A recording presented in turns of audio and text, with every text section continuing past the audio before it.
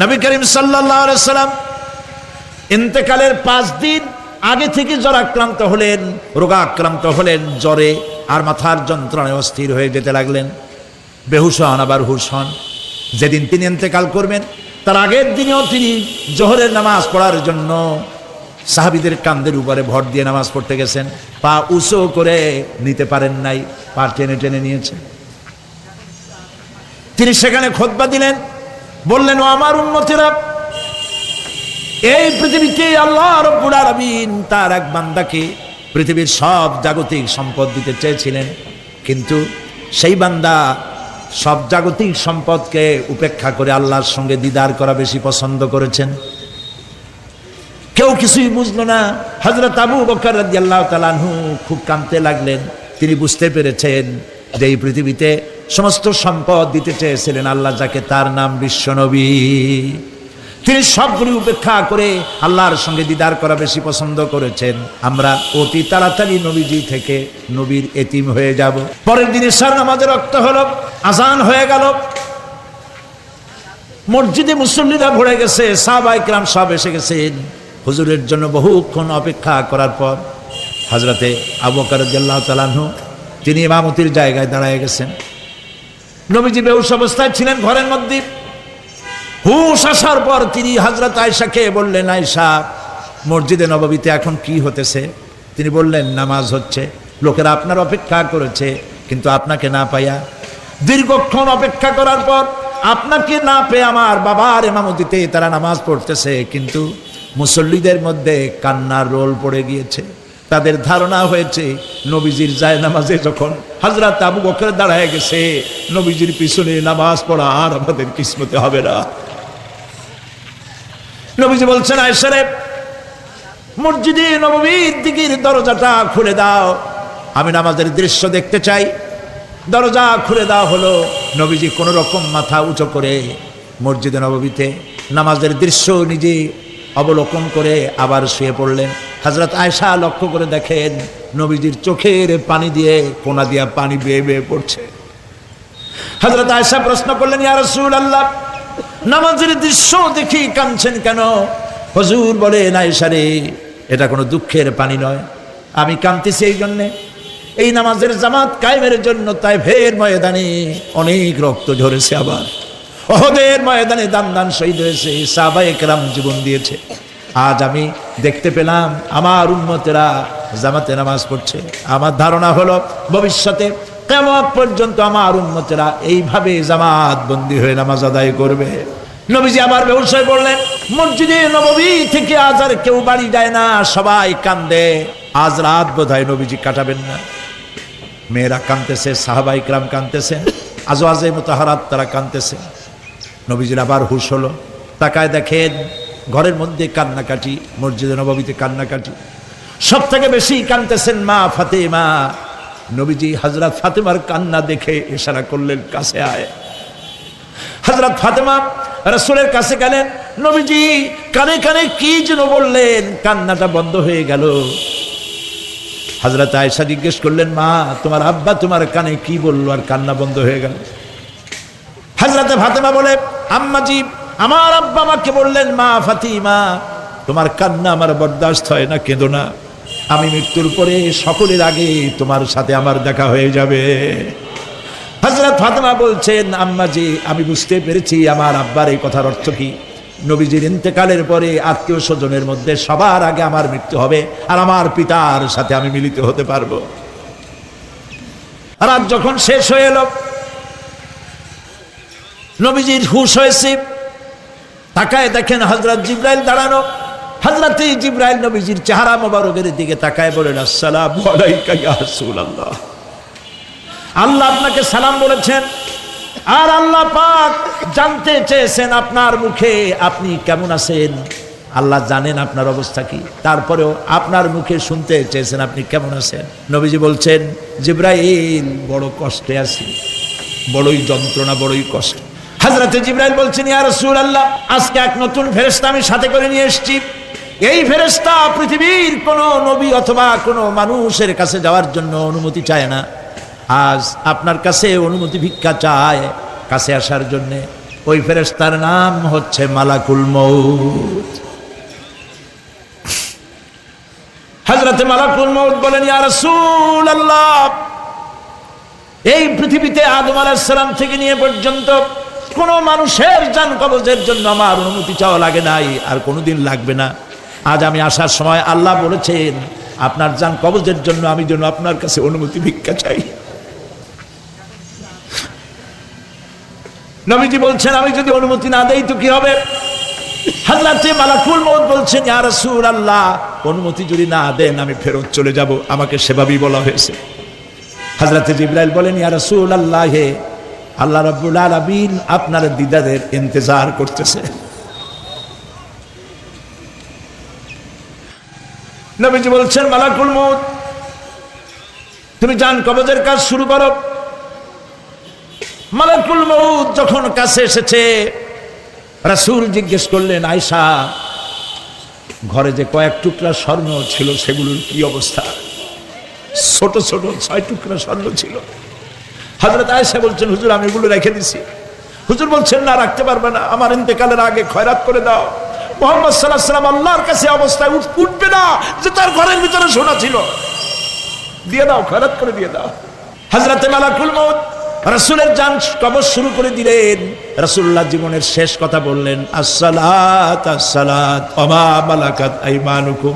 আমার উম্মতেরা বিদায় লগ্নে বলে গেলাম, নামাজ নামাজ নামাজ ছেড়ে দিও না। প্রিয় ভাইরা, নবী করিম সাল্লাল্লাহু আলাইহি ওয়াসাল্লাম জীবনের শেষ কথা বলে গেছেন নামাজ। সেই নামাজে আমাদের যত সব অবহেলা, স্ত্রীকে নামাজ পড়ান, বউকে নামাজ পড়ান, ছেলে মেয়েকে নামাজ পড়ান। দোকানদার ভাইরা যখন আজান হয়ে যাবে দোকান বন্ধ করে দেন, আপনি আপনার কর্মচারীরা নামাজ পড়তে যান। যতটুকু প্রিয় ভাই, সব আল্লাহ রাব্বুল আলামিন পরীক্ষার জন্য আমাদেরকে এই ময়দানে ছেড়ে দিয়েছেন। প্রশ্ন কি হবে আল্লাহ সব বলে দিয়েছেন। প্রশ্ন কি হবে? তোমার যৌবন, এ ব্যাপারে প্রশ্ন করা হবে। কোন পথে ইনকাম করেছো প্রশ্ন করা হবে। কোন পথে খরচ করেছো প্রশ্ন করা হবে। দ্বীনের ইলম যতটুকুন হাসিল করেছিলে তার কতটুকুন নিজে পালন করেছো, আর দ্বীনের দাওয়াত কতটুকুন মানুষের কাছে পৌঁছায়ছো, প্রত্যেকটি ব্যাপারে কিয়ামতে আল্লাহর কাছে জবাব দিতে হবে। এই জন্য কবি বলছেন, আমল সে জিंदगी बनती है ये जन्नत भी व जहन्नम भी ये खाकी अपनी फितरत है ना नारी ना नूरी। মানুষের জীবন আমল দিয়ে গঠন হয়, আমল দিয়ে জীবন গড়ে, নইলে এই মাটির তৈরি দেহ জান্নাত আর জাহান্নামের কিছু দিয়ে তৈরি হয়নি। আপনি ইচ্ছে করলে দেহটাকে জাহান্নামের জন্য উপযোগী করতে পারেন, ইচ্ছে করলে এই দেহটাকে জান্নাতের জন্য উপযোগী করতে পারেন। এটি আপনার ইখতিয়ারে আল্লাহ দিয়েছেন, আপনাকে বাধ্য করা হয় নাই যে সেজদা না দিলে ফেরেশতা এসে ঘাড়ের উপরে পিটাবে, সুদ ঘুষ জেনা করলে পরে ঠ্যাং পিটায় ভেঙে দেওয়া হবে না। আপনি বাধ্য নন, আপনি সম্মানিত জীব আল্লাহ, সম্মানিত প্রাণী আল্লাহ পাকের, সেই জন্য মানুষকে বাধ্য করা হয় নাই।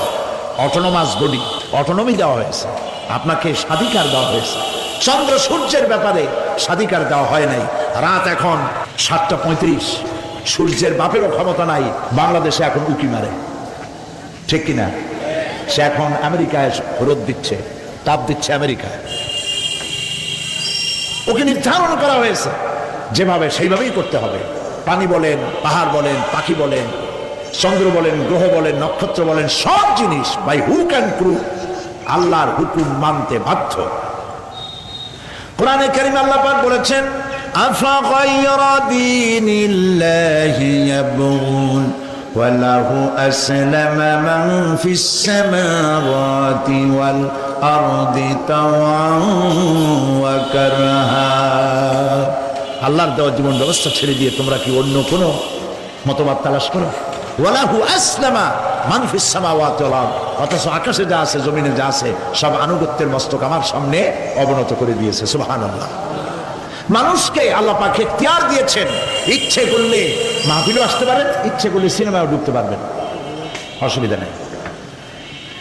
অসুবিধার জন্য কিয়ামত, ওখানে হিসাব হবে। এখানে আপনি সূর্য চন্দ্র ফেরেশতা, ফেরেশতারও কোনো মাজাল নাই, কোনো ইখতিয়ার নাই। আল্লাহর হুকুমের বাইরে কিছু চন্দ্র ফেরেশতারও কোনো মাজাল নাই, কোনো ইখতিয়ার নাই আল্লাহর হুকুমের বাইরে কিছু করে। আল্লাহ যা করতে বলেছেন তাই করতে হবে, এর বাইরে এক চুলও নড়তে পারবে না। কিন্তু মানুষ সেটা করতে পারবে। মানুষ ইচ্ছে করলে নামাজ রোজা ছাড়তে পারে, ইচ্ছে করলে আল্লাহর অমান্য করতে পারে। এটা তার বিচারের জায়গা না, এটা হলো পরীক্ষার জায়গা। এটা কিসের জায়গা? পরীক্ষার জায়গা। এখানে আপনি কামাই করলে ওখানে কিছু পাবেন, এখানে কামাই না করলে কিছু পাবেন না। আরো সোজা করে বলি, কোন কৃষক, যে কৃষক আষাঢ় মাসে শ্রাবণ মাসে জমিন চাষ করে না, পৌষ মাসে তার গোলায় ধান আসবে? কথা বোঝেন নাকি বোঝেন? পৌষ মাসে গোলায় ধান আসবে? কোনো পাগলও বলবে না যে তুমি তো চাষই করো নাই, তুমি জমিনে, তোমার জমিনের ফসল তোমার ঘরে আসবে কেন? কাজী এই দুনিয়ায় পরীক্ষা দিলে এখানে রেজাল্ট হয়, এখানে গাছ লাগাইলে এখানে ফল দেয়। কিন্তু মানুষের জন্য আল্লাহ পাক যে আমল তৈরি করেছেন, পরীক্ষা নেবেন, সেই পরীক্ষার রেজাল্ট এখানে হবে না। পরীক্ষার রেজাল্ট আউট হবে কোথায়? আখিরাত। বলেন সবাই, কোথায় হবে? পরীক্ষার রেজাল্ট আউট হবে কোথায়? আখিরাত। এখানে আপনি যা কামাই করবেন এখানে রিটার্ন দেওয়া হবে না। এখানে যা কামাই করবেন সমস্ত কামাই 700 গুণ বর্ধিত আকারে কিয়ামতে আল্লাহ আপনার হাতে ধরাই দিবেন। আল্লাহর ওয়াদা কখনো মিছা হয়? মিছা হয় রাজনৈতিক দলের নেতারা, এই জাতীয় লোকেরা যারা মঞ্চে আসে আর বলে যে এবার আমাদের ভোট দেন, আমরা ক্ষমতায় যাইতে পারলে আপনারা না খাইয়া কেউ মরবেন না। কিন্তু কি খাইয়া মরবে তাও কয় না। সেদিন শুনলাম এই যে নির্বাচন এখন একটা চলতেছে, স্লোগান বাপ দাঁড়াইছে, ছেলে তো বলে রহিম ভাই আমার ভাই, তোমার ভাই, বাপের নাম রহিম। তারপরে শুনলাম বলতেছে বেগুন ভাইয়ের চরিত্র, আজকের নাম রাখে তো আদর করে বেগুন পটল, বেগুন ভাইয়ের চরিত্র ফুলের মতো পবিত্র। আমি আরেকজনের পাশে থেকে কইল যে নামাজ পড়ে না একত্র, এমনই ফুলের মতো চরিত্র। তো দুনিয়ার ময়দানে আপনি যা কামাই করবেন এখানে রেজাল্ট আউট হবে, এখানে আপনি পাবেন ফল, এখানে পাবেন। যা করবেন এখানে গাছ লাগাবেন, ফল লাগাবেন, এখানে পাবেন। আর আল্লাহর জন্য যেটা করবেন সেটার ফল, সেটার রেজাল্ট কিয়ামতে বাইর হবে। সুবহানাল্লাহ। এখানে পরীক্ষা দিয়ে যদি কেউ ফেল করে, ম্যাট্রিক পরীক্ষা দিয়ে ফেল করেছে, ফাজেল পরীক্ষা দিয়ে ফেল করেছে, আবার পরীক্ষা দিয়ে পাস করার সুযোগ আছে, আবারও ফেল করেছে, আবারও পরীক্ষা দিয়ে পাস করার সুযোগ আছে। 10 বার যদি ফেল করে আরো 10 বার পরীক্ষা দিয়ে পাস করার সুযোগ আছে। কিন্তু কিয়ামতের দিন আল্লাহ রাব্বুল আলামিনের জীবনের পরীক্ষায় কোনো মানুষ যদি আল্লাহর আদালতে ফেল করে বসে একবার, দ্বিতীয়বার পরীক্ষা দেওয়ার আর কোনো সুযোগ নাই। এই পৃথিবীতে যদি কেউ নিম্ন আদালতে মামলায় হেরে যায়, জজ কোর্টে করবে, যদি হেরে যায় হাইকোর্টে করবে, হেরে গেলে আপিল করবে সুপ্রিম কোর্টে, সুপ্রিম কোর্টেও যদি হেরে যায় তাহলে প্রেসিডেন্টের কাছে আপিল করবে। সুযোগ আছে কয়েকবার। কিন্তু কিয়ামতের দিন জীবনের আদালতে কোনো মানুষ যদি একবার ফেল করে বসে, জীবনের মামলায় যদি একবার হেরে যায়, দ্বিতীয়বার আপিল করার আর কোনো জায়গা নাই। সে আখিরাতে রেজাল্ট আউট হবে। আমরা সব মরে যাব, আমরা সব কি হব? সব মরে যাব। আল্লাহ পাক আমাদেরকে উঠাবে না। মানুষকে কবরে রাখার সময় আমরা কি বলি? মিনহা খালাকনাকুম, জানেন না? পড়েন, মিনহা খালাকনাকুম ওয়া ফিহা নুঈদুকুম ওয়া মিনহা নুখরিজুকুম তারাতান উখরা। এই মাটি দিয়ে তোমাকে তৈরি করা হয়েছিল, এই মাটির মধ্যে রেখে গেলাম, এর থেকে আবার তোমাকে উত্থিত করা হবে। কে বলতেছেন কথা? আল্লাহ পাক বলছেন, আল্লাহ তাআলা বলছেন। কি নিষ্ঠুর এই পৃথিবী! ভেবে দেখেছেন কি একবারও কি ভেবে দেখেছেন এই পৃথিবী কত নিষ্ঠুর? এই সন্তান সন্ততি সব একটি মোহ, একটি মায়া, একটি মহব্বত, একটি প্রতারণা। যে বইয়ের জন্য হারাম ইনকাম করেছেন, যে সন্তানদের জন্য হারাম ইনকাম করেছেন, জান দিলেন, রক্ত দিলেন, জীবন দিলেন, সারা রাত কষ্ট করেছেন, দৌড়দৌড়ি করেছেন, যখন মরে গেলেন, যে বাচ্চাটা আপনি করে না নিলে কলিজা ঠান্ডা হয় না, সেই বাচ্চা বলবে, মাকে বলবে, মা বাপের লাশ যে রুমে আছে আমার সেখানে নিও না, আমার ভয় করে। ঠিক কিনা? স্ত্রীও আরো 2-1 লোক না হলে লাশের ঘরে থাকতে পারবে না, তারও ভয় করবে। থাকলে বড় জোর মা থাকতে পারে, বাপ থাকে। যাকে বিবাহ করার পর অনেক সন্তান আছে মা বাপকে চোখে দেখতে পারে না, বড় কথা মতো মায়ের সাথে কথা বলা বন্ধ করে দেয়। হয়তো কুমিল্লা এরকম নাও থাকতে পারে। বউ তো নালিশ করছে, মার সাথে কথা কম, আবার বলে এই বুড়িটা মরে না কেন? নাউজুবিল্লাহ, নাউজুবিল্লাহ। বুড়িটারে মরার কথা বলতেছো তুমি? তোমার ছোট্টবেলায় যখন তোমার টাইফয়েড হয়েছিল, অসুখ করেছিল, গরিব বাবা, বাড়িতে ল্যাপ নাই, খাতা নাই, তোষক নাই, সেই জায়গায় মা তার কাপড় বিছায় দিয়া বুকের উপরে নিজের শরীরের উষ্ণতা দিয়া বাঁচায় রাখার চেষ্টা করেছে, নিজে না খেয়ে খাওয়াইছে, অসুখ সারে না। মা ওই মুমূর্ষু বাচ্চার সেরানে তার মাথার কাছে বসে তাহাজ্জুদের নামাজ পড়ে কোরআন শরীফ তেলাওয়াত করে, চোখ দিয়া পানি পড়ে আর বলতে তাকে, রব্বুল আলামিন আমার জীবনটারে দিয়া আমার কলিজার টুকরা সন্তানটারে বাঁচাইয়া দাও। যেই মা নিজের জীবন দিয়া সন্তান বাঁচাইতে চাইলো, সেই সন্তান আজকে বউ পাইয়া মাকে ভুলে যায়, মায়ের সাথে খারাপ ব্যবহার করে। আল্লাহ রাব্বুল আলামিন বলেছেন, মা বাবার সঙ্গে খারাপ ব্যবহার করো না, ভালোবাসায় কথা বলো। ওয়াকুল লাহুমা কাওলান কারীমা, সম্মান সূচক কথা বলো। মা বাবার জন্য দোয়া করো আমার কাছে। কে বলতেছে? আল্লাহ তাআলা বলছেন দোয়া করো আমার কাছে এই ভাষায়, রব্বিরহামহুমা কামা রাব্বায়ানি সাগীরা। পড়েন সবাই, রব্বিরহামহুমা কামা রাব্বায়ানি সাগীরা। আয় আমার রব, আমার মা বাপ যেমনি ছোটবেলায় আমাকে অত্যন্ত যত্ন করে লালন পালন করেছে, আল্লাহ তাআলা তুমি দয়া করে আমার মা বাপকে তোমার রহমতের করে লালন পালন করো। সুবহানাল্লাহ। প্রত্যেক নামাজের পর সকলে এই দোয়া করবেন, মনে থাকবে? মনে থাকবে? প্রিয় ভাই সব, সেই কিয়ামতের মাঠে আমাদেরকে উঠতে হবে, আল্লাহর দরবারে উঠতে হবে। সেই সময় আমাদেরকে কেউ উপকার করবে না।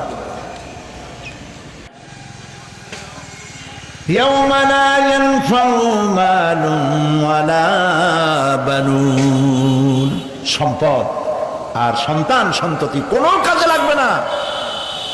মা তার সন্তানকে চিনবে না, সন্তান তার মাকে চিনবে না, বাপ তার সন্তানকে চিনবে না, কেউ কাউকে পরিচয় দিবে না।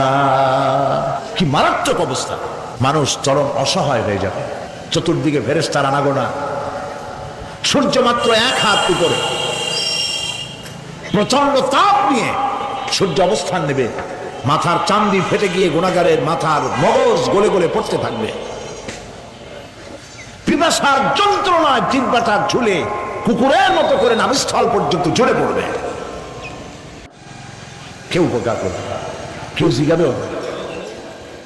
অনেক লোক আছে পীরের কাছে মুরিদ হয় আর মনে করে পীর সাহেব তারে কিয়ামতে সুপারিশ করবে। অসম্ভব। আয়াতুল কুরসির মধ্যে আমরা পড়ি, মান যাল্লাযী ইয়াশফাউ ইনদাহু ইল্লা বিইজনিহি। কে আছে এমন, কার হিম্মত আছে আল্লাহ পাকের বিনা অনুমতিতে কথা বলে? সুবহানাল্লাহ বলে। কোথার পীর, কোথার খাজা বাবা হারায় যাবে। ইব্রাহিম আলাইহিস সালামের মতো পয়গম্বর কি মনে করে? আল্লাহর খলিল। ইব্রাহিম আলাইহিস সালাম আল্লাহর কি? আল্লাহর খলিল। আল্লাহর খলিল কিয়ামতের দিন বলবেন, আল্লাহ পাক, আয় আল্লাহ তাআলা, আমার বাপের কাছে আমার একটা ওয়াদা ছিল, আমি সুপারিশ করবো তার জন্য, তুমি দয়া করে আমার বাপকে জাহান্নাম থেকে ক্ষমা করো, আমি তার জন্য সুপারিশ করতেছি। আল্লাহ তাআলা বলবেন, ইব্রাহিম তোমার সুপারিশ মঞ্জুর হলো না। কথা বুঝতেছেন না? বুঝতেছেন না? ইব্রাহিম আলাইহিস সালাম যদি বাপের জন্য সুপারিশ করতে না পারে, ইব্রাহিম আলাইহিস সালাম তিনি যদি তার বাপের জন্য সুপারিশ করিয়া যদি ব্যর্থ হন, আপনার পিসাব কোন কামে লাগবে চিন্তা করেন। নবী করিম সাল্লাল্লাহু আলাইহি ওয়াসাল্লামকে প্রশ্ন করা হয়েছে, হে রাসূল আপনার আব্বা আম্মার অবস্থা কি হবে? কথা কি শোনেন নাকি? আপনার আব্বা আম্মার অবস্থা কি হবে? নবী করিম সাল্লাল্লাহু আলাইহি ওয়াসাল্লাম বলেছেন, আমি আমার আব্বা আম্মার কোনো উপকারে আসবো না। ইন্না লিল্লাহি ওয়া ইন্না ইলাইহি। মনে করতেছেন কোন পীর কোন একটা বিদেশ থেকে দেশের থেকে একটা নাসিল হলো আর ওইটার পিছনে পিছনে দৌড়াবেন, সে আপনারা নাসার দেবে, তাহলে পারিশ্রমিক হবেন। এই পায়ে হাত দিয়ে কত মুসিবত বলতেন। টাকা ইনকাম করার জন্য মানুষকে ভুল পথে পরিচালিত করছে অনেক কি আছে না? খালি মানুষের টাকা দেয় জানা অনেক পক্ষে, খালি টাকা নেওয়ার সময় ঢুকাইতে দেবে চতুর্দিন দিয়া। বাইরে বোঝার উপায় নাই, কিন্তু অনেক পীর আছে এমন ঢাকা শহর বড় বড় মার্কেটের মালিক, আমি জানি বড় বড় মার্কেটের মালিক, বিরাট ব্যবসায়ী, জামা পরিষ্কার করে না 2 মাসেও মানুষের দেখাবার জন্য গামছাটা নাকের কাছে ধরে ফট ফট করে আওয়াজ করে, মনে হয় যেন কাঁদতেছে। আর্টিফিশিয়াল প্রচন্ড হাবিজাবি জিকির শিখায়। লাইলা কতক্ষণ, ইল্লাল্লাহ কতক্ষণ, আল্লাহ আল্লাহ কতক্ষণ, কোথায় পেয়েছে? ইল্লাল্লাহ ইল্লাল্লাহ কিসের জিকির? ইল্লাল্লাহ মানে কি? আল্লাহ ছাড়া, আল্লাহ ছাড়া, আল্লাহ ছাড়া, আল্লাহ ছাড়া কি? কাজী রাসূলুল্লাহ যা করেন এগুলো বিদআত, এই সব পীরের পাশে যাবেন না, মনে থাকবে।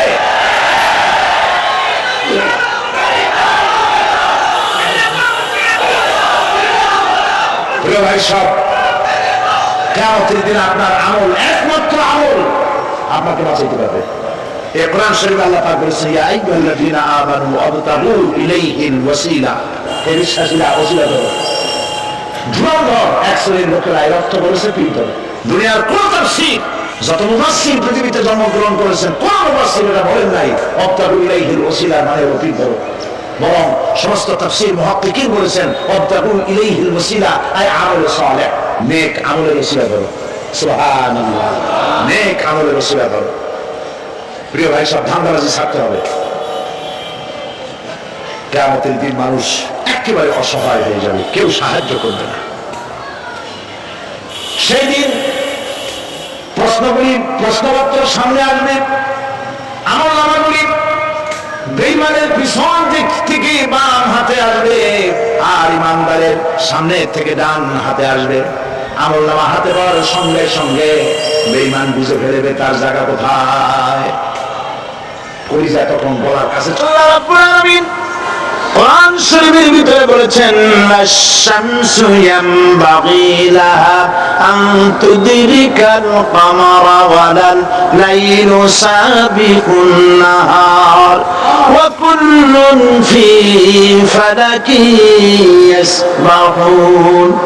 প্রজ্ঞানী হইবে যাহারা, আপন মনেতে বুঝিবে তাহারা, রাত্রি পারে না আগে যাইবার, দিনের স্থান করি অধিকার। চন্দ্র বাদে না সূর্যের গায়েতে, সূর্য পারে না চন্দ্রকে ধরিতে, যার যে স্থান বহাল রাখিয়া ভ্রমণ করিছে খোদাকে ডরিয়া। একটি নির্ধারিত সময় সীমা পর্যন্ত আপন আপন কক্ষপথে সব দৌড়াদৌড়ি করবে, কারো সাথে অ্যাক্সিডেন্ট হবে না কারো। ওয়াকুল্লুন ফি ফালাকি ইয়াসবাহুন, যা আছে মহাশূন্যে সব ঘুরতেছে। কে বলে? বলেন সবাই, কে বলছে? কোন সূরা? সূরা ইয়াসিন। আবার শুনুন, আল্লাহ পাক ফয়সালা দিচ্ছেন ঘুরে কেডা? শুধু সূর্য ঘোরে না, শুধু চন্দ্র ঘোরে না, আল্লাহ মহাশূন্যে যা রেখেছেন সব ঘুরতেছে, সবই সন্তরণশীল, সব গতিশীল। সুতরাং ফয়সালা তো আল্লাহর কাছ থেকে নিতে হবে। পৃথিবী সৃষ্টি করেছেন, মানব গোষ্ঠী সৃষ্টি করেছেন এবং মানুষের প্রয়োজন মিটিয়েছেন। এই মানুষগুলিকে কে সৃষ্টি করেছে? মানুষ সৃষ্টির ব্যাপারেও দার্শনিকরা মানুষদেরকে বিভ্রান্ত করে। যা কলেজে বিশ্ববিদ্যালয়ে পড়ানো হয়, এই কোরআন শরীফ বিশ্ববিদ্যালয়ে পড়ানো হয়? হ্যাঁ হয়। কয়েকটা আয়াত, কয়েকটা সূরা পরীক্ষা পাস করার জন্য একটু একটু অপশনাল রেখে দেওয়া হয়েছে। বর্তমান যে শিক্ষা কমিশন, শামসুল হক শিক্ষা কমিশন রিপোর্ট মন্ত্রী পরিষদে অনুমোদন করেছে বর্তমান সরকার। এই শিক্ষানীতিতে বলা হয়েছে ক্লাস 1 থেকে নিয়ে ক্লাস 5 পর্যন্ত ধর্মীয় শিক্ষা দিতে দেওয়া হবে না। তাহলে ক্লাস 5 পর্যন্ত যদি ধর্মীয় শিক্ষা না থাকে, তাহলে ক্লাস 6-7 ওঠার পর আলিজাওয়ারা বাজাবর বা আনাকুম জানাকুম ছেলেরা পড়বে, মেয়েরা পড়বে। আসল উদ্দেশ্য হলো ইসলাম থেকে জাতিকে দূরে সরাবার জন্য ষড়যন্ত্র। এই সরকারের প্রণীত শিক্ষানীতি আমরা মানি না। আপনারা মানেন? যেই মাদ্রাসা মানুষের চরিত্র সৃষ্টি করে। বর্তমান সরকার সেই মাদ্রাসাগুলি একটা একটা করে ধ্বংস করার পরিকল্পনা গ্রহণ করেছে। সুতরাং আসল শিক্ষা হলো কোরআনের কাছে। আসল শিক্ষা কোথায়? কোরআনের কাছে। কোরআন যদি শিখানো হতো, কোরআন যদি শিখানো হতো কলেজে, বিশ্ববিদ্যালয়, তাহলে গতকাল চট্টগ্রাম বিশ্ববিদ্যালয় থেকে যেসব ছেলেরা বিশ্ববিদ্যালয় কর্তৃপক্ষ কর্তৃক বরাদ্দকৃত, হাইজ্যাক করা নয়, বরাদ্দকৃত 4খানা বাস দিয়ে কোরআন শুনতে আসতে চেয়েছিল, বর্তমান সরকারের তথাকথিত সোনার ছেলেরা আসতে দিল না। কোরআন যদি তারা পড়তো, তাহলে কোরআন শরীফ শুনতে তারাও আসতো। কপাল পড়া। জোরে বলেন কি? আরো জোরে বলেন কি? কপাল পড়া। সব ভালো লাগে, কোরআন ভালো লাগে না। এদেরকে শিখানো হয়েছে, আরে তোরা তো মানুষ না, তোমরা আমরা কি? তো তোমাদের ডারউইন বাবাজি বলে নাই, শোনো নাই? কি পড়ো তোমরা, বুদ্ধি শুদ্ধি রাখো না। ডারউইন বলেছে, থিওরি অফ ইভলিউশনের মধ্যে বলেছেন মানুষ মানুষ না, বলে কি? মানুষ হলো বান্দর। কপাল পোড়া কি? কপালে রেখে থাকে, কাজে কামে প্রকাশ হয়ে যায়। ডারউইন বলল মানুষ মানুষ না। আলফ্রেড বললেন মানুষ হলো মানুষই ঠিক, তবে মানুষ হলো সেক্স সর্বস্ব জীব। সেক্স সমস্যার সমাধান করলে মানুষের সব সমস্যার সমাধান হয়ে যাবে। কার্ল মার্কস বললেন মানুষ হলো পেট সর্বস্ব জীব, পেট সমস্যার সমাধান করে দিলে সব সমস্যা শেষ। আর ডারউইন বললেন মানুষ মানুষই না, মানুষ কি? বলে বান্দর। ওরাং ওটাং শিম্পাঞ্জি আর ব্যাং থেকে মানুষের উৎপত্তি হয়েছে। আমি যখন জীবনের প্রথম শিম্পাঞ্জি দেখলাম, ওরাং ওটাং দেখলাম, তখন আমি মনে করেছি যে ডারউইন খামোখা ভুল করে নাই। এইটা দেখেই ও মনে করেছে যে এই হচ্ছে আমার মাতামহের গোষ্ঠী, এই হলো পিতামহের গোষ্ঠী। আপনারা একটু মাথা কাটায় চিন্তা করেন, মানুষ যদি বান্দর থেকে হবে, আজও বানর ফরেস্ট এরিয়া আছে কিনা বাংলাদেশে? সিলেবন আছে কিনা? মানুষ যদি বান্দর থেকেই হবে, আপনারা কি কোনোদিন দেখেছেন যে একটা বান্দরের কোমর পর্যন্ত মানুষের মতো হয়ে সারছে? আর কিছুদিন গেলেই পুরো মানুষ হয়ে যাবে, গলা পর্যন্ত মানুষের মতো হয়ে গেছে, আর কদিন গেলেই মানুষ হয়ে যাবে। দেখছেন কখনো? আচ্ছা আপনারা বলেন, পাবদা মাছ আপনারা চট্টগ্রামে কি বলেন? পাবদাই বলেন। পাবদা মাছ দেখতে কি মাছের মতো লাগে? বোয়াল মাছের মতো। কোন পাগলি কি বলছে কথা যে বোয়ালের পূর্বপুরুষ পাবদা? পাবদাগুলি পুটি টুটি খাইয়ে খাইয়ে আস্তে আস্তে বোয়াল হয়ে গেছে, এ কথা কেউ বলে? আচ্ছা, শোলের যে ছোট সাইজ, শোল মাছ, গজাল মাছ, এর যে ছোট্ট সাইজ ভর্তা করে খায়, শুটকি বানায় খায়, ওগুলোর কি বলে? টাকি মাছ। এই টাকি মাছ দেখতে শোল মাছের মতো। কেউ পাগলকে আজ পর্যন্ত বলেছে যে শোল মাছের পূর্বপুরুষ টাকি, টাকিগুলা সার মার খাইয়া আস্তে আস্তে শোলে পরিণত হয়ে গেছে? কেউ বলেছে? বলো।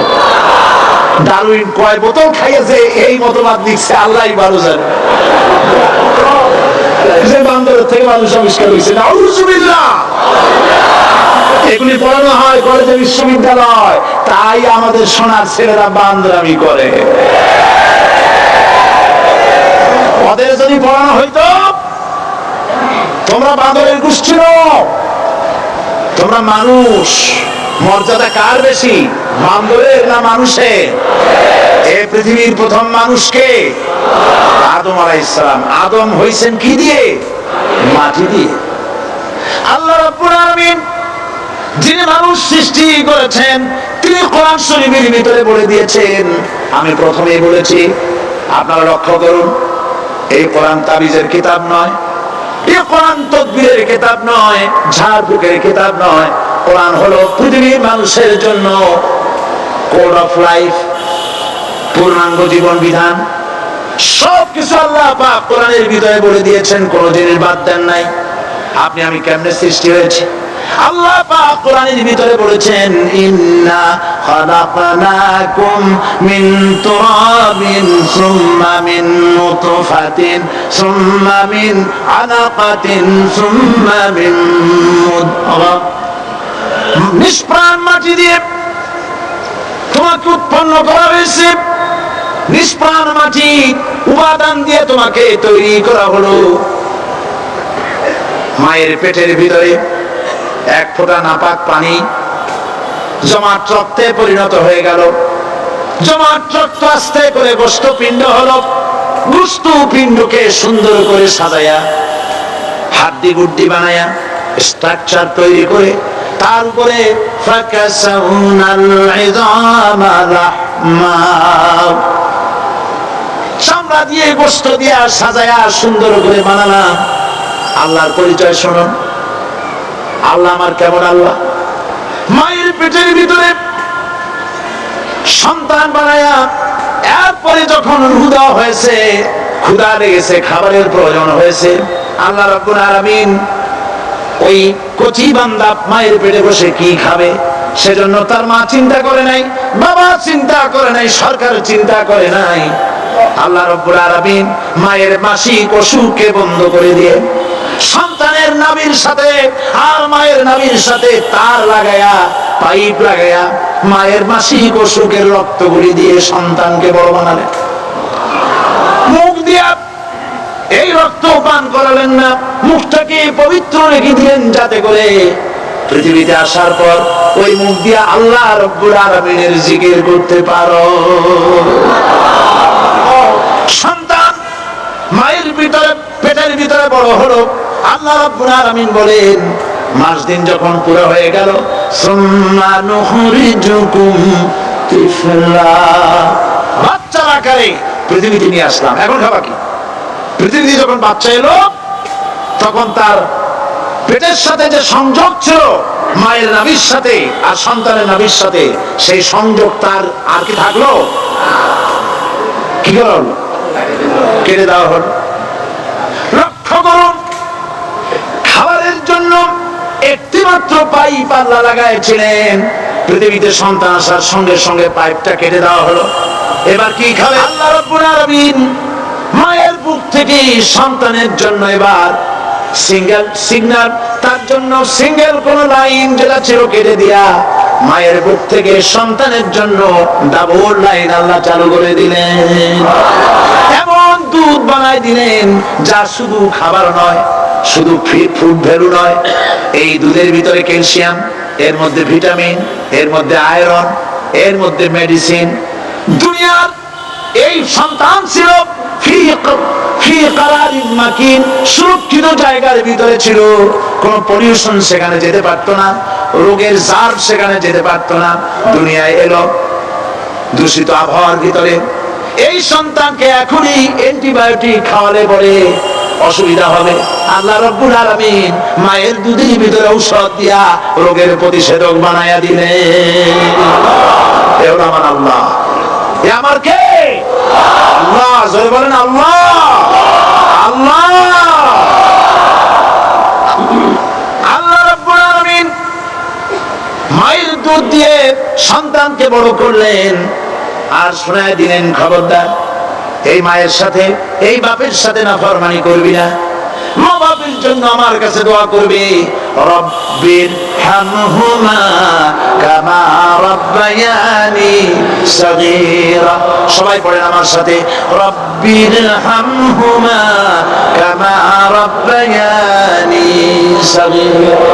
আল্লাহ পাক শিখাই দিলেন বান্দারে আমার কাছে দোয়া করায়, আল্লাহ আমার মা বাপ আমাকে ছোটবেলায় যেভাবে স্নেহ করে লালন পালন করেছে, এইভাবে আমার মা বাপকে তোমার রহমতের করে লালন পালন করো।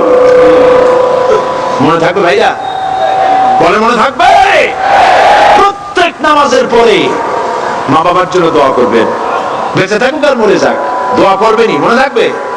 রব্বির হামহুমা কামা রাব্বায়ানি সগীরা। আমার পড়েন, রব্বির হামহুমা কামা রাব্বায়ানি সগীরা। আল্লাহ পাক মায়ের মর্যাদা এত বাড়াইছেন, সাহাবী প্রশ্ন করেছে, ইয়া রাসূলুল্লাহ খেদমত করব কার? হুজুর বলেন তোমার মায়ের, তারপরে কার? তোমার মায়ের, তারপরে কার? তোমার মায়ের, তারপরে কার? তোমার পিতার। বাপের চাইতে মায়ের মর্যাদা আল্লাহ 3 গুণ বাড়াইয়া দিলেন, 3 গুণ বৃদ্ধি করে দিলেন। হাদিস শরীফে এসেছে হযরত আবী হুরায়রা রাদিয়াল্লাহু তাআলা আনহু রাসূলের কাছে এসে রাতের বেলায় কাঁদতেছিলেন। হুজুর প্রশ্ন করলেন, আবু হুরায়রা কাঁদো কেন? হযরত আবু হুরায়রা বলছেন, হুজুর মা আমাকে মেরেছে। তিনি প্রশ্ন করলেন, আচ্ছা মা তোমার মারলো কেন? তুমি কি কোনো বেয়াদবি করছো? তিনি বললেন না। তবে মারলো কেন? হযরত আবু হুরায়রা বলেন, ইয়া রাসূলুল্লাহ, আপনার খেদমত থেকে বাড়ি ফিরতে আমার দেরি হয়ে গিয়েছিল। গভীর রাত্রে যখন বাড়ি গেছি, মা আমাকে প্রশ্ন করলেন, বাবা দেরি হলো কেন, কোথায় ছিলি? তাম পৃথিবীর মানুষ যেই কদম মোবারক চুমু দিতে পারলে ধন্য হয়ে যায়, সেই আখিরি জামানার পয়গম্বর নবী মুহাম্মদ রাসূলুল্লাহ সাল্লাল্লাহু আলাইহি সাল্লামের দরবার থেকে আসতে আমার দেরি হয়ে গেছে। ইয়া রাসূলুল্লাহ, আমার মা আপনার নাম শুনে তার গা জ্বলে উঠলো। তিনি কাফের, মুশরিকা। আপনার নাম শুনে অগ্নি শর্মা হয়ে আমাকে ধরে পিটানো আরম্ভ করলেন আর বললেন, আবু হুরায়রা, হয় মুহাম্মদ সাল্লাল্লাহু আলাইহি ওয়াসাল্লামের বাড়ি ছাড়বি, নইলে আমার বাড়ি ছাড়বি, কি করবি বল? মার খেতে খেতে আমি বললাম, মা তোমার গায়ে যত শক্তি আছে আমারে মার, তোমার বাড়ি শুদ্ধ, তাম দুনিয়াটা ছেড়ে দিতে পারি, মুহাম্মদ রাসূলুল্লাহর কদম মোবারক ছেড়ে দিতে পারি না। হুজুর আমার মা গলা ধাক্কা মেরে আমাকে বের করে দিয়েছেন। হুজুর বলছেন, আবু হুরায়রা, মা তোমাকে মেরেছে আর আমার কাছে নালিশ করছো, আমি তোমার মায়ের কোনো বিচার করতে পারবো না। সুবহানাল্লাহ, এত বড় পাওয়ারফুল নবী, শানওয়ালা, ইজ্জতওয়ালি, বরকতওয়ালি, এত বড় নবী বলছেন মা মেরেছে, আমার করার কিচ্ছু নাই। সুবহানাল্লাহ। তোমার মা মুশরিকা হোক আর যাই হোক, তোমার মা। সুবহানাল্লাহ বলেন। আমার বন্ধুগণ, হযরত আবু হুরায়রা বলেন, ইয়া রাসূলুল্লাহ, মায়ের বিরুদ্ধে কোনো অভিযোগ নিয়ে আমি আপনার কাছে আসি নাই। হুজুর বললেন, কেন আসছো বলো খুলে? আবু হুরায়রা বলেন, হুজুর আমি জানি আপনি আল্লাহর দরবারে যদি কোনো ব্যাপারে হাত তোলেন আল্লাহ মঞ্জুর করে ফেলেন। আপনি দয়া করে আমার মার জন্য দোয়া করেন, আল্লাহ যেন হেদায়েত দিয়ে দেন। আমার নবীজি দুখানে হাত উত্তোলন করলেন, বললেন, আল্লাহুম্মা ইহদি উম্মা আবি হুরায়রা, আয় আল্লাহ আমি দোয়া করতেছি আবু হুরায়রার মাকে হেদায়েত নসিব করো। হুজুর হাত তুলে মোনাজাত করছেন, আবু হুরায়রা দৌড় দিলেন বাড়ির দিকে। কয়েকজন সাহাবী হযরত আবু হুরায়রার জামা টেনে ধরেছে, এই ভদ্রলোক দৌড়ায় কেন? এত শান্ত মানুষ, কখনো গরম হয়ে কারোর সঙ্গে কথা বলে না, এই মানুষটা দৌড়ায় কেন? কোনো বিপদ হইল নাকি? জামা টেনে ধরে বলে, আবু হুরায়রা দৌড়াও কেন? হযরত আবু হুরায়রা বলেন, জামা ছেড়ে দাও, কোনো বিপদ আমার হয় নাই, আমি দৌড়াইয়া বাড়ি যাই দেখতে চাই। আমি দৌড়াইয়া আগে বাড়ি যেতে পারলাম না, আমার নবীর দোয়া আগে আমার বাড়ি চলে গেছে, আমি এটা দেখতে চাই। হযরত আবু হুরায়রা দৌড়াতে দৌড়াতে বাড়ি চলে গেছেন। দরজায় নক করলেন, ভেতর থেকে আওয়াজ এলো, কে? তিনি বললেন, আমি আবু হুরায়রা, মা দরজা খুলে দাও, আমি তোমার সন্তান। মা বললেন, বাবা অপেক্ষা করো, দরজা খুলতেছি। হযরত আবু হুরায়রা বলেন, মায়ের গলার আওয়াজের ভেতরে কুফরির কর্কশতা পেলাম না, মায়ের গলার আওয়াজের ভেতরে তাওহীদের নরমিয়াত পেলাম। আমার কাছে মনে হলো আমি আবু হুরায়রা বাড়ি আসার আগে নবীজির দোয়া আল্লাহর আরশে পৌঁছে গেছে। আবু হুরায়রা বলছেন, মা আমার কিছুক্ষণ পরে ঘরের থেকে বেরিয়ে এসেছেন, আমি দেখলাম মায়ের শরীর ভিজা, মাথার চুল দিয়ে পানি টপকাচ্ছে। মা আমার বললেন, বাবারে তোমাকে মারার পর আমি নিদারুণ অনুশোচনায় পড়েছিলাম, মনে মনে ভাবলাম, আরে আমার সন্তানরা আমি কেন মারলাম? সে তো কোনো খারাপ কাজ করে নাই, কোনো খারাপ জায়গায় যায় নাই। এত বড় মানুষ যার সম্পর্কে লোকেরা খামোখাই মিথ্যা কথা বলে, এই ভালো মানুষটার কাছে গেছে, সেজন্য আমি মারলাম কেন? বাবা গো, আমি আমার ভুল বুঝতে পেরেছি, জীবনের ভুলও ধরা পড়েছে, আমাকে জলদি করে নিয়ে চলো বিশ্ব নবীর দরবারে। হযরত আবু হুরায়রা মা রাসূলুল্লাহর খেদমতে এসে ঘোষণা করলেন, আশহাদু আল্লা ইলাহা ইল্লাল্লাহু ওয়াহদাহু লা শারীকা লাহু ওয়া আশহাদু আন্না মুহাম্মাদান আবদুহু ওয়া রাসূলুহু। আমার ভাইরা, আল্লাহ রাব্বুল আলামিন মানুষ সৃষ্টি করে পৃথিবীতে পাঠিয়ে দিলেন, খাবারের ইন্তজাম করলেন। এগুলি সব আল্লাহর পরিচয়। আল্লাহরে চেনার জন্য বড় বড় কিতাব ঘাটা লাগে না, কিসমতে যদি থাকে দুই একটা দৃষ্টান্ত যথেষ্ট হয়ে যায়। সুবহানাল্লাহ, সুবহানাল্লাহ, দুই একটা দৃষ্টান্ত যথেষ্ট। আল্লাহ পাক সমস্ত সৃষ্টি জগৎকে তৈরি করলেন, সৃষ্টি করলেন, আর তাদের খাদ্যের ব্যবস্থা করলেন। কে করেছেন খাদ্যের ব্যবস্থা? খাদ্য দেন আল্লাহ। কিন্তু অহংকারী যারা, তারা বলে দেশের বাম্পার ফলনের জন্য সমস্ত কৃতিত্ব সরকারের।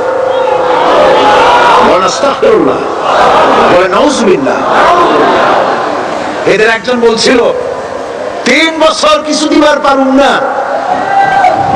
লোকেরা কয় আমরা না খাইয়ে থাকুম, আল্লাহ কয় আমিও দেহু, কদ্দুর পারো না খাইয়ে থাকে। ফসল কে দেন? জোরে বলেন, কে দেন? বাম্পার ফসলের ফলনের দাবি সরকার করতে পারে না। এটা কুফরি, এটা শিরক। জমির ফসল কে দেন? আকাশের বৃষ্টি কার? পানি কার? সার কার? সব আল্লাহ পাক।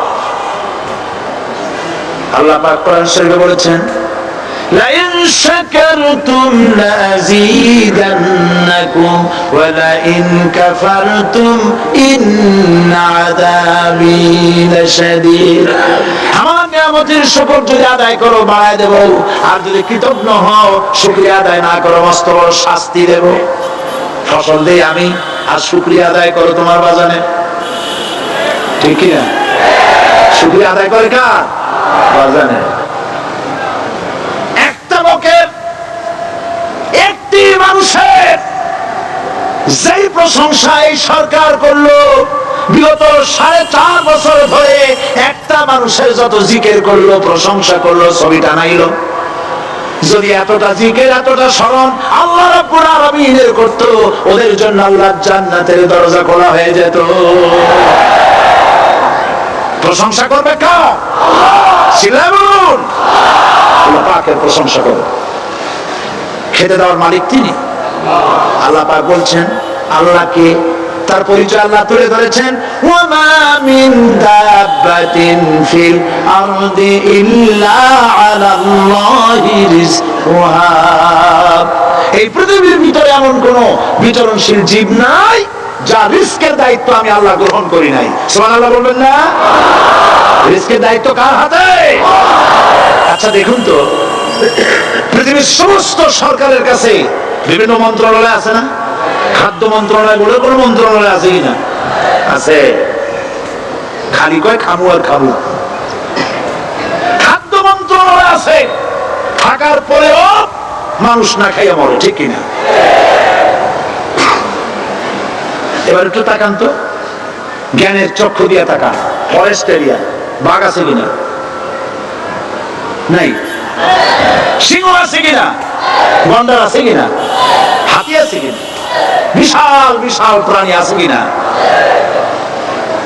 জঙ্গলে ছোট্ট প্রাণী থেকে, পোকা থেকে শুরু করে গন্ডার পর্যন্ত, টুনটুনি পাখি দিয়ে শুরু করে ঈগল পাখি পর্যন্ত, নদীর ভিতরে ছোট্ট ছোট পুঁটি থেকে শুরু করে তিমি মাছ পর্যন্ত। প্রাণী তত্ত্ববিদরা বলেছেন, সমুদ্রের ভিতরে এমন এমন বড় বড় তিমি আছে যে একটা তিমির ওজন 5000 টন পর্যন্ত হয়ে যায়। 5000 টন তিমিটার ওজন। এ যখন বাচ্চা হয়, তখন বাচ্চার দৈনিক দুধ লাগে 50 থেকে 60 মণ পর্যন্ত। কে ব্যবস্থা করে? রুমান ফেরেশতা। তো ওর মা যেমন, বাচ্চা তো সেরকম হবে।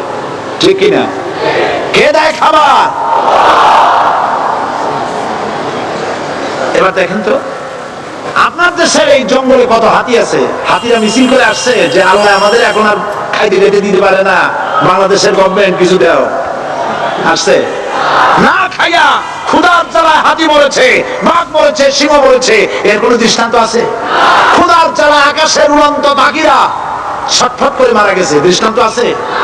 নদীর মাছেরা ক্ষুধার জ্বালায় ভেসে উঠেছে, না খাইয়া মরে গেছে, দৃষ্টান্ত আছে? মহান আল্লাহ রাব্বুল আলামিন কোরআন শরীফের ভিতরে বলেছেন, অনেক প্রাণী এমন আছে যারা তাদের খাদ্যকে সঞ্চয় করে না, খাদ্যকে জমা করে না, আহরণ করে না।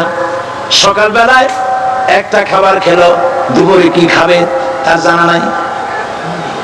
শকুন পৃথিবীর মাটি থেকে 3 মাইল উপরে উড়ে তার চোখকে আল্লাহ পাক এত তীক্ষ্ণ বানিয়ে দিয়েছেন, এই চট্টগ্রামের কোথায় মরা গরু আছে 3 মাইল উপর দিয়ে দেখতে পায়? সুবহানাল্লাহ বলতে ইচ্ছে করে। এই প্রাণীগুলি খাবারগুলি কোন গভর্নমেন্ট জোগাড় করে রাখে নাই, আল্লাহ পাক বলেন সবার খাবার আমি দেই। সকাল বেলায় সমস্ত প্রাণীগুলি, মহাশূন্যে পাখি, পানির ভিতরে মৎস্যরাজি, জঙ্গলের ভিতরে হিংস্র প্রাণী, পোকামাকড় থেকে শুরু করে সবগুলো খালি পেটে সব বেরিয়ে যায়, কারো কোনো খাবারের মজুদ নাই। সন্ধ্যা হতে না হতে সমস্ত প্রাণীগুলির পেট ভরাইয়া আমি আবার যার যার ঘরে বেরায় দেই।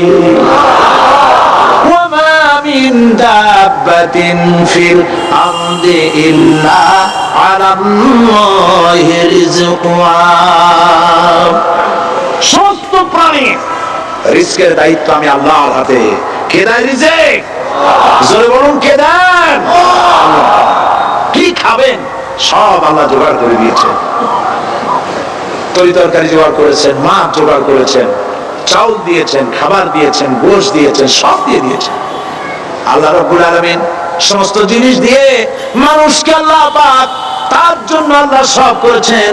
খালাকালাকুম মা ফিল আরদি জামিআ, এই পৃথিবীতে যা তৈরি করেছে সব তোমার জন্য। এ হচ্ছে আমার আল্লাহ, এ হচ্ছে আমার কে? আল্লাহ। সে আল্লাহ পাক বলছেন, আল্লাহর পরিচয় তিনি স্রষ্টা, তিনি রিজিক দাতা। এবার আইনদাতা কে? আইনদাতা কে? আরো জোরে বলুন।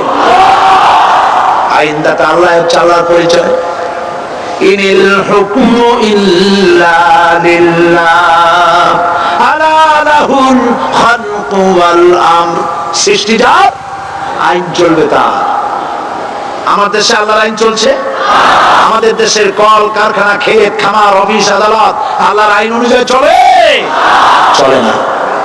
বরং আল্লাহর আইনকে মুছে ফেলার জন্য, নিজেদের আইন সৃষ্টি করার জন্য প্রচেষ্টা চালানো হচ্ছে। আল্লাহর আইন মানুষের জন্য সব থেকে বেশি উপযোগী, কারণ সৃষ্টি করেছেন কে? বলেন, কে করেছেন? আল্লাহ। প্রত্যেকটি মেশিন আপনি যা কিনবেন, রেডিও হোক, টিভি হোক, যে কোনো যন্ত্র হোক, গাড়ি হোক, তার সাথে একটা লিটারেচার, একটা বই তার সঙ্গে দিয়ে দেওয়া হয়। ওই বইয়ের মধ্যে লেখা থাকে এটা কিভাবে চালানো হবে, অপারেট করা হবে, তার সিস্টেম লেখা থাকে। আপনার ইচ্ছা মতো চালাইলে হবে না। এই মানব গোষ্ঠীকে সৃষ্টি করেছেন। এখন আপনি যদি আপনার আইন মতো চালান, তা কি চলবে? চলবে না। আপনি আপনার আইন মতো চালাচ্ছেন, ভালোভাবে চলতেছে? চলতেছে না। স্বরাষ্ট্রমন্ত্রী বলতেছেন সন্ত্রাসীদেরকে মাটির তলা থেকে খুঁজে বের করা হবে, কিন্তু নাকের উপর দিয়ে ব্রিফকেস চুরি হয়ে যায়, উনি তা ধরতে পারেন না। এই হলো আইন। অনাবরত খুন হচ্ছে, অনাবরত সন্ত্রাসী তৎপরতা চলছে। আর ওরা বলছেন আগে থেকে গুলি চলে আসছে, একজনের খুনের বিচার না হইলে এরকম খুন তো ওইটাই থাকবে। তাহলে খুনকে, হত্যাকে, সন্ত্রাসকে সরকার জাস্টিফাই করছে। নাউজুবিল্লাহি মিন যালিক। এই জন্য আইন হতে হবে আল্লাহ। আইন হতে হবে কার? চিল্লায় বলেন, আল্লাহ পাকের আইন হতে হবে। আমি একদিন পার্লামেন্টে বলেছিলাম, আমার দেশের নেতা নেত্রীরা বারবার হজ করতে যান, উমরা করতে যান, সেখান থেকে আসার সময় কি আনেন? আতর, পাথর, সুরমা আর ফুলমা, এই কিছু নিয়ে আসলেন। কিন্তু আমি বলেছি আপনারা কি কিছু চোখে দেখেন না? পার্লামেন্টে এইভাবে বক্তৃতা করছে, কিছু চোখে দেখেন না? আমি প্রশ্ন করে আমি আবার জবাব দিচ্ছি, আপনারা যারা হজ করতে যান, উমরা করতে যান, হজের কথাই ধরি, এই হজ করতে যখন যান তখন মুজদালিফায় একটা রাত কাটাইতে হয়। সেটা কোন দিন? ইয়ৌমে আরাফার পরের দিন। এই মাঠে দালান কোঠা আছে, এখানে বেড়া আছে, শামিয়ানা আছে, পর্দা আছে, তাবু আছে, কিচ্ছু নাই। লক্ষ লক্ষ নারী আর পুরুষ পাশাপাশি শুয়ে থাকে।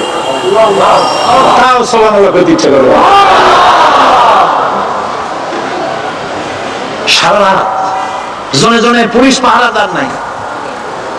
কিরকম মেয়ে এলো, চাঁদের সৌন্দর্য হার মানাই দিতে পারে এরকম সুন্দরী। এরকম সুন্দরী নারী, সুদর্শন পুরুষ পাশাপাশি রাস্তার ধারে মরুভূমির ভিতরে সারা রাত কাটাচ্ছে।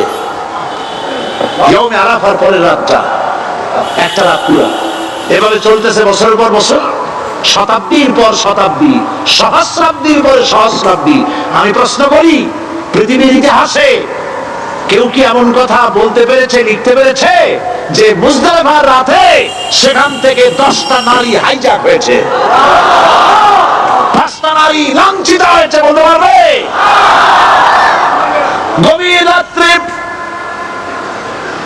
পুরুষ সঙ্গী ছাড়া সুন্দরী রমণী, যুবতী রমণী একাকিনী নিজের ঘর ছেড়ে আল্লাহর ঘরে তওয়াফ করতে আসে।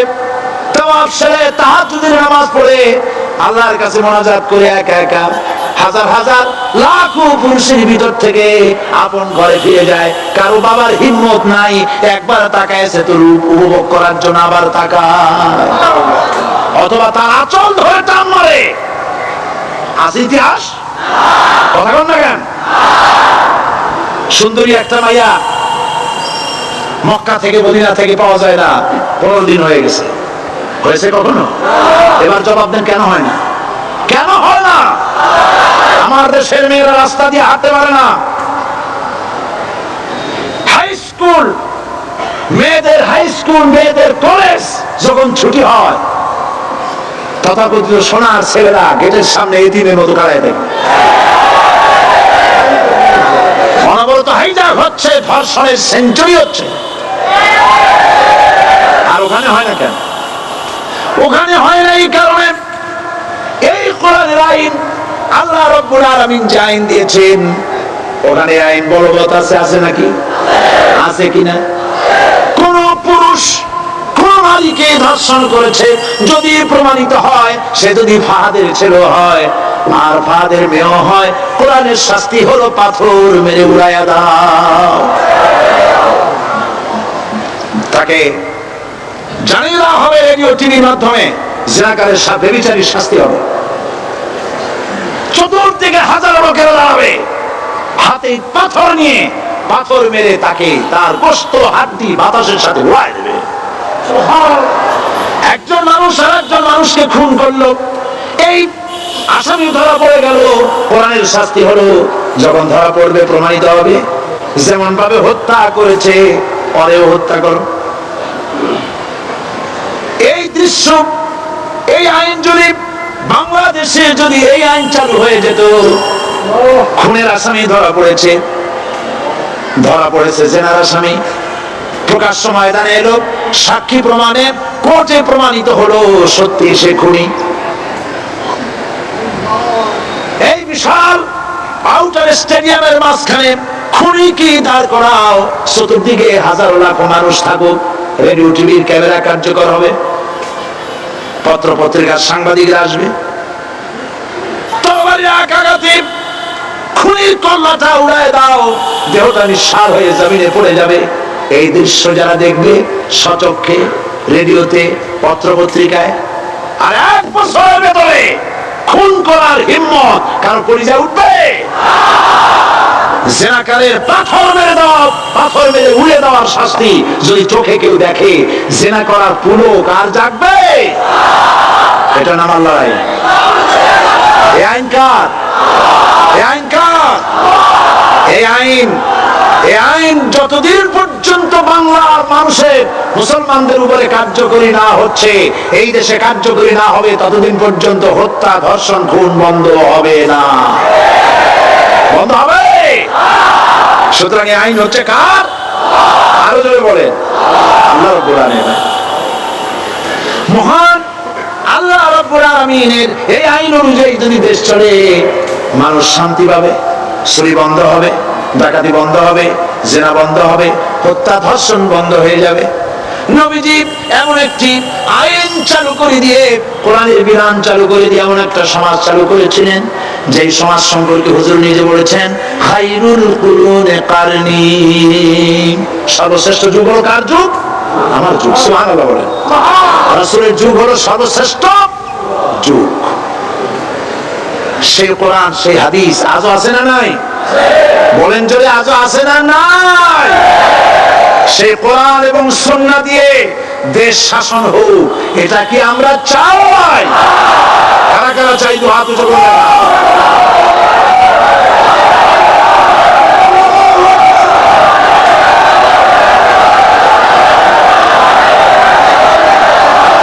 আরে ভাই, আপনারা দাঁড়ায় গেলেন কেন?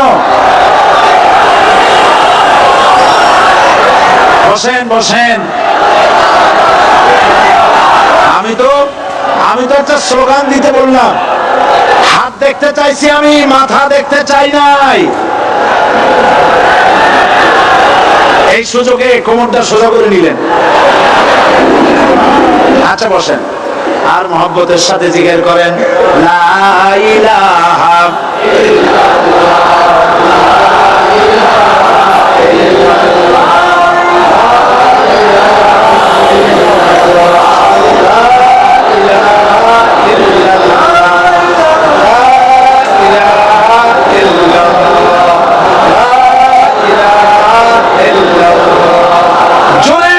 সবাই জিকির করেন, লা ইলাহা ইল্লাল্লাহ, লা ইলাহা ইল্লাল্লাহ, লা ইলাহা ইল্লাল্লাহ, লা ইলাহা ইল্লাল্লাহ, মুহাম্মাদুর রাসূলুল্লাহ। আমরা মুনাজাত করব। আল্লাহ রাব্বুল আলামিন আয়াতুল কুরসির ভিতরে আল্লাহর সার্বভৌমত্বের কথা বলেছেন, আল্লাহু লা ইলাহা ইল্লা হুয়াল হাইয়ুল কাইয়্যুম। বলেন আমার সাথে সবাই, আল্লাহু লা ইলাহা ইল্লা হুয়াল হাইয়ুল কাইয়্যুম। আল্লাহ হচ্ছেন যিনি ছাড়া কোনো ইলাহ নাই, তিনি শাশ্বত চিরঞ্জীব। সুবহানাল্লাহ ওয়া বিহামদিহি। আগামীকাল এর বাকি অংশ আমি আপনাদের সামনে আলোচনা করব ইনশাআল্লাহ। জোরে বলেন ইনশাআল্লাহ। দাঁড়ানো ভাইরা বসেন। আপনাদের পাশে যারা দাঁড়িয়েছেন, অনুরোধ করে বসায় দেন। বলেন যে আর 5 মিনিট বসেন, আল্লাহর রাস্তায় হাঁটেন না। হ্যাঁ বলেন আপনারা যে আল্লাহর রাস্তায় হাঁটেন না, বসেন, সবাই বসেন। এত বড় মাহফিলের মুনাজাত, সুবহানাল্লাহ বলেন। চট্টগ্রামের ইতিহাসের শ্রেষ্ঠ মাহফিল, চিল্লায় বলেন সুবহানাল্লাহ। গোটা বিশ্বের কোরআনের শ্রেষ্ঠ মাহফিল, বলেন সুবহানাল্লাহ। আলহামদুলিল্লাহ। আগামীকাল এই মাহফিলের আখেরি মুনাজাত হবে ইনশাআল্লাহ। বলেন ইনশাআল্লাহ।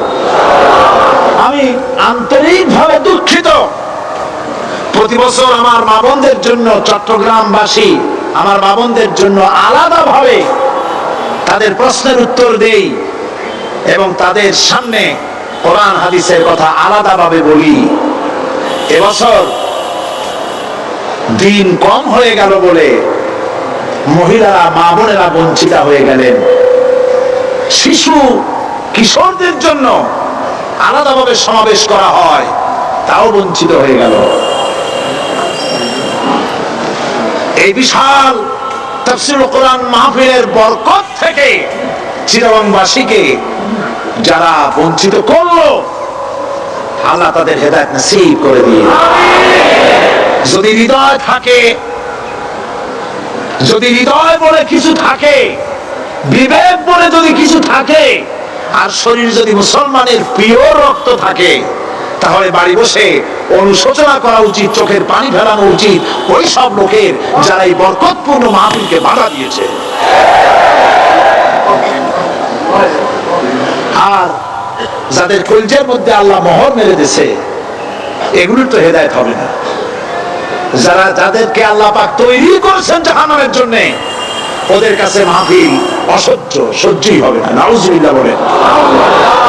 চট্টগ্রামবাসীর জন্য তাফসীরুল কোরআন মাহফিল নিয়ামত। এই নিয়ামত কিয়ামত পর্যন্ত আল্লাহ টিকায় রাখুন, বলি আমিন। আগামীকালের আখেরি মোনাজাতে সমস্ত মুসলমান চতুর্দিক থেকে আল্লাহ পাকের নারা লাগাতে লাগাতে আসবেন। আল্লাহু আকবার, গোটা চট্টগ্রাম, গোটা চিটাগাং শহর আগামীকাল কোরআনের মিছিলের শহর হবে ইনশাআল্লাহ।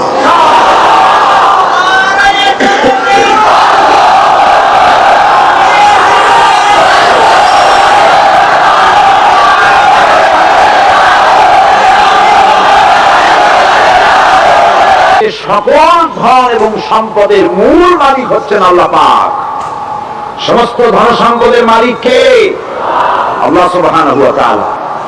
কোরআনে কারীম বলছে, লিল্লাহি মা ফিস সামাওয়াতি ওয়া মা ফিল আরদ। আকাশ এবং জমিনের ভিতরে যা কিছু আছে সব কিছুর মালিকানা কার? জোরে বলেন কার? আল্লাহ রাব্বুল আলামিন হচ্ছেন এর একচ্ছত্র মালিক। সুতরাং বান্দাদের কাছে কিছুদিনের জন্য এগুলিকে আমানত রাখা হয়েছে। আমাদের ঘর আছে, বাড়ি আছে, ব্যবসা আছে, বাণিজ্য আছে, জায়গা আছে, জমিন আছে, গরু আছে, বাছুর আছে, এই সবগুলি কিছুদিনের জন্য আমাদের কাছে কি রাখা হয়েছে? আমানত। আমানতের মাল আপনি আপনার ইচ্ছা মতো খরচ করতে পারবেন না। আমানতের মাল কি ইচ্ছা মতো খরচ করা যায়? যায় না। আমানতের মালকে খরচ করতে হলে মূল মালিকের ইচ্ছা অনুযায়ী খরচ করতে হবে। মূল মালিককে আল্লাহ রাব্বুল আলামিন বলছেন, ইন্নাল্লাহা ইশতারা মিনাল মুমিনিনা আনফুসাহুম ওয়া আমওয়ালাহুম বিআন্না লাহুমুল জান্নাহ। আমি আমার মুমিনের জান এবং মালকে খরিদ করে নিয়েছি, বিনিময় জান্নাত দিয়ে দিয়েছি। তোমার কাছে যে জান আছে, মাল আছে, এটা তোমার নয়, এটা আমার আমানত তোমার কাছে। সুতরাং এই আমানত খরচ করতে হবে মূল মালিকের ইচ্ছা অনুযায়ী। সমাজের এক শ্রেণীর লোক প্রচুর বিত্তের মালিক হবে, সমাজের এক শ্রেণীর লোক প্রচুর বিত্ত এবং সম্পদের মালিক হয়ে ভোগ বিলাসের আনন্দের স্রোতে ভেসে যেতে থাকবে, নিজেকে ভাসিয়ে দেবে। আর এক শ্রেণীর লোক অনাহারে অর্ধাহারে কষ্ট করবে। এই বিধান ইসলামের নয়। কেউ থাকবে 10 তলায় আর কেউ থাকবে 10 তলায়, কেউ খাবে পোলাও, কোরমা, বিরিয়ানি, আর কারো কিসমতে মরিচ পোড়াও হবে না। এই বিধান আল্লাহর নয়। ইসলামের বিধান হচ্ছে এই যে আল্লাহ যে সব সম্পদ মানুষকে দান করেছেন, এই সম্পদের ভিতরে বিত্তহীনদের অধিকার রাখা হয়েছে। বিত্তহীন যারা গরিব, যাদের কিছু নাই, তারা আপনার করুণার পাত্র নয়। কি বলেন? তারা কি ধনীদের করুণার পাত্র? কোরআনে কারীমে আল্লাহ বলেন, ওয়াল্লাযীনা ফী আমওয়ালিহিম হাক্কুল লিস-সাইলি ওয়াল মাহরুম। ধনীদের সম্পদের ভেতরে গরিবদের, বিত্তহীনদের অধিকার রয়েছে। সে অধিকার আদায় করে দাও। দান করা এমনি দিয়ে দাও এক জিনিস। গরিবদেরকে, বিত্তহীনদেরকে ইসলাম করুণার পাত্র বানায় নাই, বলেছে অধিকার। অধিকারটা বড় মজবুত কথা, এই কথার লোড আছে, ওয়েট আছে। আপনার আমার সম্পদের, অর্থাৎ যাদের বৃত্ত আছে, বৃত্ত সম্পদওয়ালা সম্পদশালী লোকেদের সম্পদের ভেতরে গরিবদের অধিকার হয়ে গেছে, সে অধিকার আদায় করতে হবে। ইসলাম সকল মানুষের দারিদ্র দূর করে বেঁচে থাকার মৌলিক অধিকার প্রতিষ্ঠিত করেছে। রাসূল কারীম সাল্লাল্লাহু আলাইহি ওয়াসাল্লাম বলেছেন, লাইসা লিইবনি আদম হাক্কুন সিওয়া হাযিহিল খিসাল, বাইতুন ইয়াসকুনুহু ওয়া সাওমুন ইওয়ারি আওরাতাহু ওয়া জালফাল খুবজ ওয়াল মা, আখরাজাহু তিরমিজি। তিরমিজি শরীফের হাদিসের ভিতরে এসেছে, রাসূল কারীম সাল্লাল্লাহু আলাইহি ওয়াসাল্লাম বলেছেন, প্রত্যেকটি বনি আদমের তার বাস করার জন্য একটা গৃহ, এবং লজ্জা ঢাকার জন্য, শীত নিবারণের জন্য তার বস্ত্র, আর ক্ষুধা মিটাবার জন্য তার পানি আর রুটি ইত্যাদির ব্যবস্থা করতে হবে, চাই সে মুসলমান হোক আর হিন্দু হোক আর খ্রিস্টান হোক। বনি আদম, আদমের সন্তান যে মানুষ, যে তার এই অধিকার ইসলাম প্রতিষ্ঠিত করেছে। আজ বলা হচ্ছে খাদ্য, বস্ত্র, বাসস্থান সমাধান দেবে অমুকরা তমুকরা, এরকমের স্লোগান হয় না? ওরা দিতে পারবে না, ওরা দিতে পারে নাই। খাদ্য, বস্ত্র, শিক্ষা, চিকিৎসা, বাসস্থানের গ্যারান্টি দিয়েছে কোরআন, দিয়েছে আল্লাহ রসুল জনাব মুহাম্মদ রাসূলুল্লাহ সাল্লাল্লাহু আলাইহি ওয়াসাল্লাম। ইসলাম অর্থনৈতিক নিরাপত্তার জন্য যে সব পন্থা অবলম্বন করেছে, সেটা হচ্ছে যে সমাজের কর্মক্ষম সকল ব্যক্তি রুজির জন্য পরিশ্রম করবে, কেউ বসে থাকতে পারবে না। এটা হচ্ছে ইসলামের নিয়ম, কেউ বসে থাকতে পারবে না। কোরআনে কারীম বলছে, فَإِذَا قُضِيَتِ الصَّلَاةُ فَانتَشِرُوا فِي الْأَرْضِ وَابْتَغُوا مِنْ فَضْلِ اللَّهِ।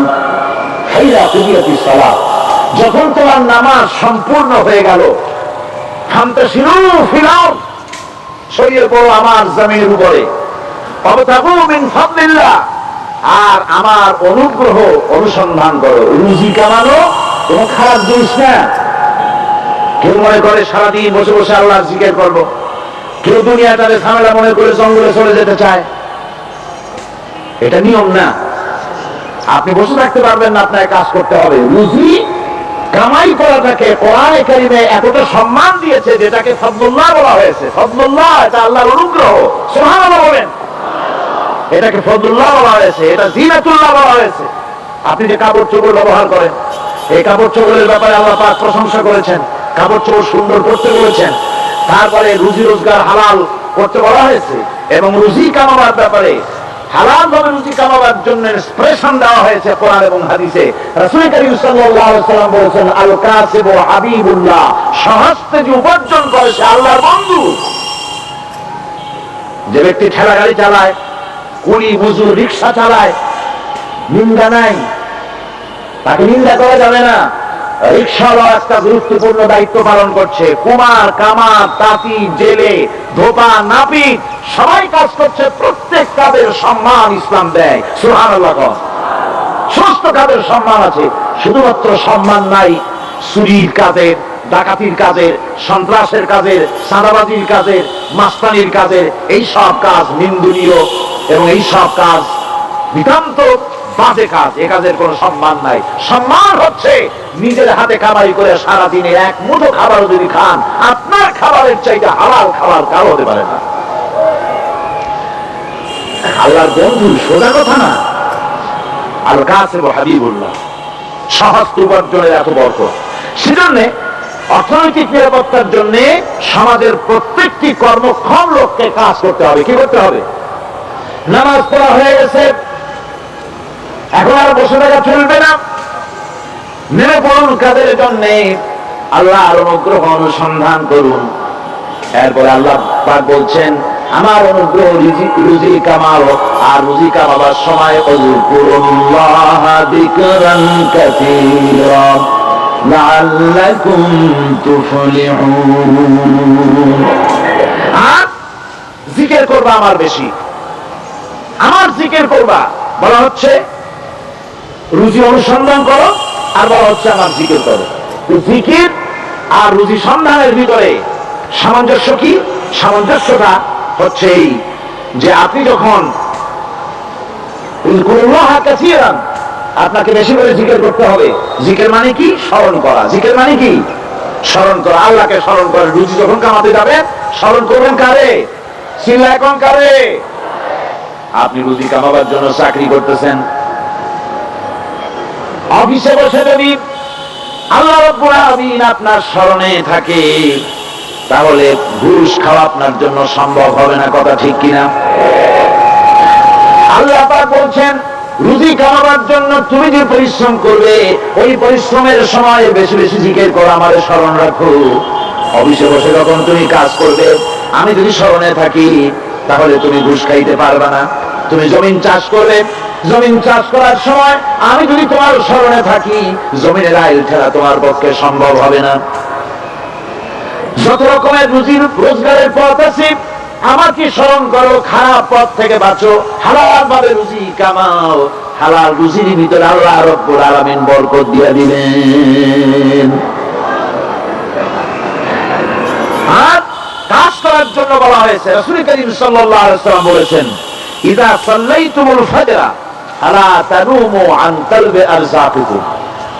ফজরের নামাজ পড়া হয়ে গেছে, ঘুমায়ো না। আমাদের একটা আম অভ্যাস হয়ে গেছে ফজরের নামাজ পড়ে ঘুমানো। হাদিসে বলা হচ্ছে, ফজরের নামাজ পড়া হয়ে গেছে, ঘুমায়ো না।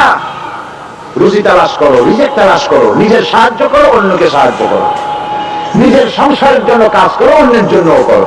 হালাল ভাবে রুজি কামাই করে বউকে একটা ব্লাউজ কিনে দিয়েছেন, একটা শাড়ি কিনে দিয়েছেন, বাচ্চাকে ক্লাসের বই কিনে দিয়েছেন, বাজার থেকে মাছ তরি তরকারি কিনে অক্ষম ব্যক্তিদেরকে সহযোগিতা করবে। যারা নাকি উপার্জন করতে পারে না, ওই জাতীয় লোকদেরকে তারা সহযোগিতা করবে।